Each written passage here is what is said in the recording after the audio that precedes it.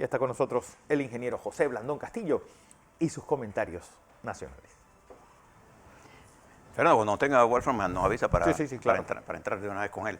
Es importante. Recuerde que todo esto comenzó con el petróleo. Pero déjeme darle unos recorderes a usted de lo que la democracia hizo con Panamá después post-invasión.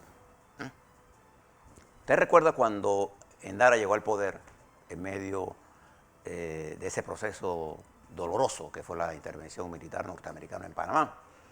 Todo el mundo apostaba que Panamá no se recuperaba en 10 años. ¿Se acuerdan? En la administración Endara, los Estados Unidos no nos dio el dinero que nos prometió.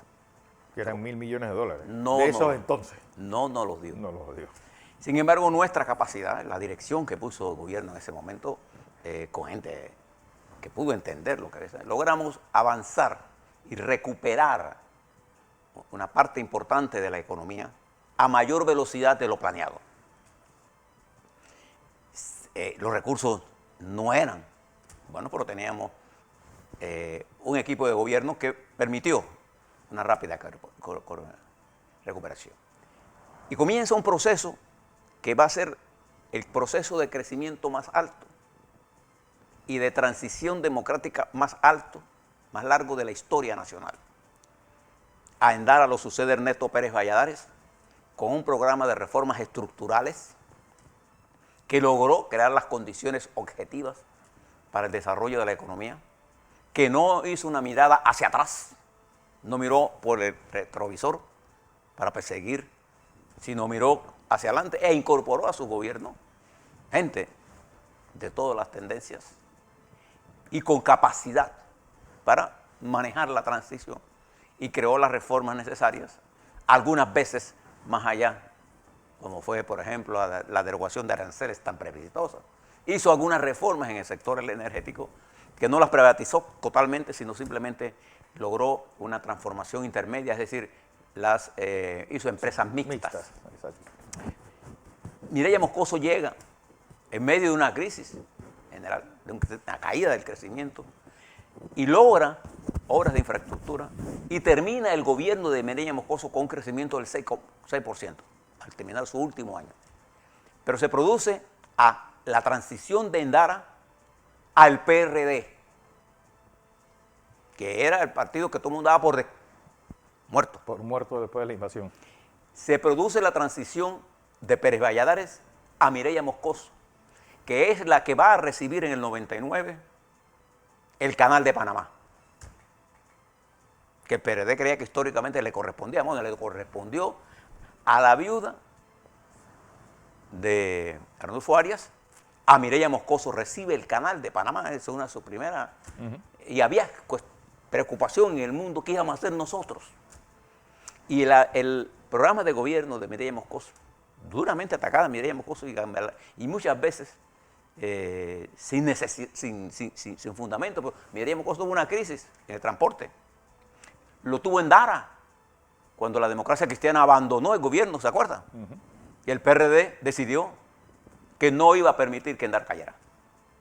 Le brindó todo su apoyo. No era apoyo como gobierno, sino como partido de oposición. Y Mireya Moscoso, en su primer enfrentamiento social, cuando incrementa los precios del transporte público, 25 centavos. Logra paliar la crisis con el apoyo político de los partidos democráticos. Y sortea la crisis y termina con 6%. Después viene Martín Torrijos a enfrentarse a transformaciones muy graves, a la transformación de la Caja del Seguro Social. Ustedes recordarán que la reforma de la Caja del Seguro Social puso en jaque al gobierno de Martín Torrijos y cayó al 22% los niveles de popularidad del presidente. Y tuvo que echar para atrás la reforma, sentarse en una mesa y recomponerlo. Los partidos de oposición, ¿qué hicieron? ¿Lo abandonaron? No. Jugaron en el juego de la democracia, apostaron a la democracia. Como la ampliación del canal. Se hizo la reforma y viene uno de los proyectos más importantes, la ampliación del Canal de Panamá. A todo eso, en la administración Torrijos, la economía creció en forma sostenida. Y en ese proceso se dan las reformas, el plebiscito para la ampliación del Canal de Panamá. Se aprueba en un domingo y un 21 de octubre o 23 de octubre, no recuerdo la fecha exacta, 22 de octubre, el día antes del incendio del bus. Sí, pero el 23 de octubre se da ese brutal caso de los buses que se quemaron. ¿Te acuerdas aquel frente a 8B06? Eso fue una cosa terrible. Acá En hay el una momento en que nosotros habíamos aprobado la modernización del Canal de Panamá y crecíamos sostenidamente, Martín Torrijos pierde el proceso de las elecciones frente a Ricardo Martinelli. Bueno, Martín no, Balbina Herrera fue la que perdió. No, el PRD, Balbina contra. Y Martinelli gana las elecciones y con su periodo arranca la construcción del canal. Y una de las obras de infraestructuras más importantes que se desarrolla en ese proceso fue siendo ministro de Economía y Finanzas Alberto Vallarino. Y siendo viceministro Dulcidio y siendo canciller Varela. Se dio una especie de gobierno mixto que después va a terminar partiéndose, y Martínez también enfrentó una crisis seria con los movimientos sociales en Boca del Toro, y hubo momentos, creo que estaba Ricardo por Vietnam, y que sus ministros actuaron y lograron sofocar la crisis. ¿Se acuerda de aquel proceso que se llamó? De la venta de... La ley chorizo. Y entonces todo este proceso se dio y se continuó y se terminó. Y Martinelli fue a elecciones con su propuesta y gana Varela, a quien él había votado del gobierno. El crecimiento económico en los años de Martinelli fue extraordinario. Incluso llegamos a los 2 dígitos de crecimiento. Y además de eso, hubo reformas fiscales y hubo todas clases de crecimiento, vertiginoso crecimiento. Y el que sucede es Varela, y entramos nosotros en un momento en que la economía comienza a tener, como un proceso, sigue creciendo 6, 5, 6%, y se enfría hasta el 3,5%. Cuando Varela se va del poder, la economía estaba en 3,5%, que es cuando llega Cortizo. En el periodo de Varela se produce un fenómeno político que es la tendencia en el mundo de los lawfare, sobre todo en América Latina, el uso de la justicia como elemento de guerra política. Y nos enfrancamos en una división que fragmentó la sociedad. En el siguiente periodo gana Cortizo. Y fíjate la transición. Durante todo este proceso de transición, todos los presidentes pasaron por situaciones de seriedad. Incluso una vez Banderas denunció una conspiración de maten al gordito. ¿Se acuerdan? Quieren matar al gordito. Bien. Hemos vivido de todo, pero la democracia panameña tuvo su periodo más grande de crecimiento sostenido, de transición democrática sostenida, con las imperfecciones de los procesos democráticos. No voy a hablar ahora de que no. Y una de las cosas que olvidamos nosotros fue completar el conjunto de reformas sociales que permitiera una mayor sociedad con mayor nivel de equidad. Pero Panamá no tiene los niveles de división social que tiene Colombia, Perú, Chile. Nuestro crecimiento, ¿sí?, generó mayores expectativas en la sociedad. Cada vez que usted empuja el decrecimiento, usted produce riqueza, y esas riquezas permean a ciertos niveles de la sociedad. Eso produce mayores expectativas. La gente quiere más y más y más. Nosotros somos una sociedad de mucha tolerancia política. Y ahora nos ocurre el gobierno del presidente Cortizo con 2 elementos cruciales. La pandemia. Un hecho inédito en la historia de la humanidad. Y fíjese que en esto, fíjese lo que significó, lo que construimos todos los panameños, de todos los colores, de todos los partidos, ¿no es así?, de todas las... Caemos vertiginosamente en el 20, en el Producto Interno Bruto. vertiginosamente. Fuimos el país que más cayó en el Producto Interno Bruto en el año 20. O sea, la pandemia nos dio en el coco. El cuarto país que más creció, más Pero cayó en el nuestra infraestructura productiva tuvo la capacidad en el 21 de recuperarse al 15.6%. Y en el primer trimestre de este año, incluyendo mayo, que creció 9%, el crecimiento promedio de este cuatrimestre primero, antes del efecto directo de la guerra, era de aproximadamente 9%. La guerra viene ahora y nos golpea brutalmente con la inflación. Eso es lo que tenemos que resolver ahora. Entonces, también tenemos que resolver. Pero esto no se resuelve en crisis como esta, de verdad. No. Hay cosas que tenemos que resolver. Por ejemplo, la calidad de la educación, la calidad de las reformas de los sistemas de salud, no solamente en infraestructura, sino en los nuevos modelos de gestión de salud que tenemos que desarrollar. En la nueva necesidad de una reforma educativa que lleve a nuestros muchachos al contacto del siglo XXI con la tecnología moderna. Y una de las primeras reformas que hay que hacer es mejorar el conocimiento técnico-científico de nuestros profesores y maestros para que no estén en el siglo XX, sino estén en el siglo XXI, que es el siglo del desarrollo de nuestros muchachos, y podamos reducir la academia nuestra, de nuestra formación de muchachos de primaria y secundaria, a la nueva realidad del mundo. La tecnología está cambiando cada 3 años y medio.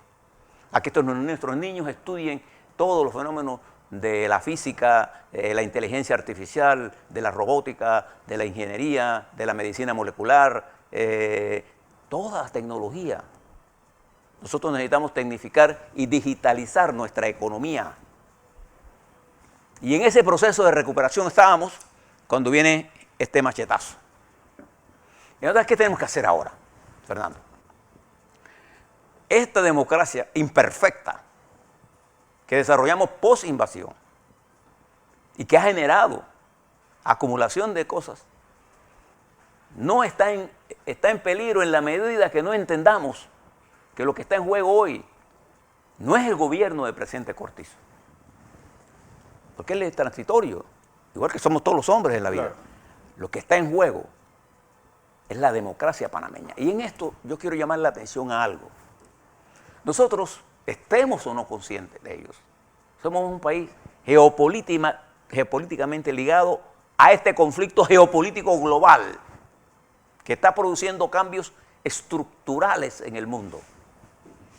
En los Estados Unidos, mire cómo fue atacada la democracia. En Rusia, mire cómo es que, mire el papel que está jugando Rusia en esto. Sacó las garras el oso. Rusia nunca ha sido un país democrático, pero eso también hay que decirlo. Claro, pero sacó las garras el oso. Sí. Es una guerra que ha desnudado el sistema. Es una China que se convirtió en un poder que ahora se convierte en un problema para la sociedad y que tenemos que entender cómo manejarlo. Pero nosotros somos parte del sistema multimodal de transporte del mundo. Y por eso nuestra recuperación. Sí. Ahora, ¿qué tenemos que pensar? Los movimientos en las calles producen y piden una serie de reivindicaciones. Otros piden cambios estructurales. Y todos tienen el derecho a un debate. Nosotros tenemos que aprender a debatir. Y no se debate por las redes sociales, hombre. Nosotros debemos aprender a ser respetuosos, estudiosos de las cosas que están ocurriendo. Este es un país que cuando yo oigo gente comparando a Panamá con Costa Rica o con Salvador, sí, es porque no están estudiando la situación general del mundo y no conocen la potencialidad de nosotros. Entre Chile y Panamá éramos los dos países que íbamos cabeza a cabeza en el desarrollo del crecimiento económico, del ingreso per cápita. Bueno, es que esos son indicadores que ciertamente son los que tenemos. Y es que nosotros demoramos las reformas sociales, ciertamente. ¿Qué tenemos que hacer? Cortizo planteó la reforma educativa, pero entró esta crisis y por 2 años tuvimos los muchachos y lo fuimos recuperando y no estábamos preparados en el sector público ni en el privado para la educación por vía de la televisión. No estábamos y todavía no estamos. No tenemos la Internet desarrollada a esos niveles, pero nosotros necesitamos que nuestros profesores y maestros sean preparados para los nuevos currículum que debemos desarrollar en nuestros muchachos de secundarias, que tienen que salir con una formación clara en matemáticas, clara en español, clara en ciencias, para carreras del futuro inmediato. Porque uno de los grandes errores que cometimos nosotros durante estos 30 años de crecimiento sostenido fue no montar a nuestros jóvenes en el tren del desarrollo.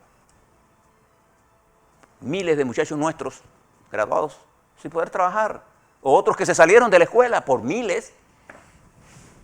Hay miles de muchachos nosotros que se conocen como ninis. Entonces, cuando usted sabe de todo y no sabe, es porque no sabe de nada.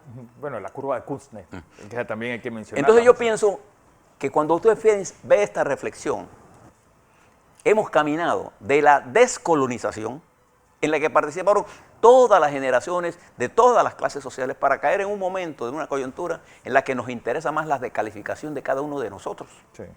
Descalificamos a los sectores intelectuales, a los viejos, descalificamos a los empresarios, descalificamos a los obreros, descalificamos...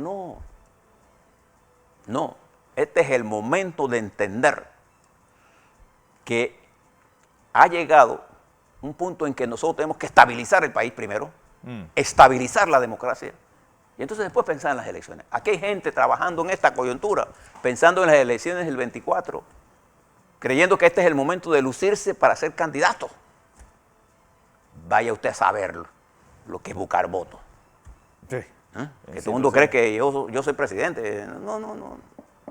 Eso de buscar votos es bien complicado y exige mucho esfuerzo. Sí, Entonces yo pido hoy a la dirigencia que se reúne hoy en esta mesa, que dé el primer gesto, porque ya ha habido otra la fuerza de gobierno, ha dado un gesto ya, ha bajado el combustible a los niveles en que estábamos en enero. Abra la calle, piense en la gente y seguimos en el debate. Así es.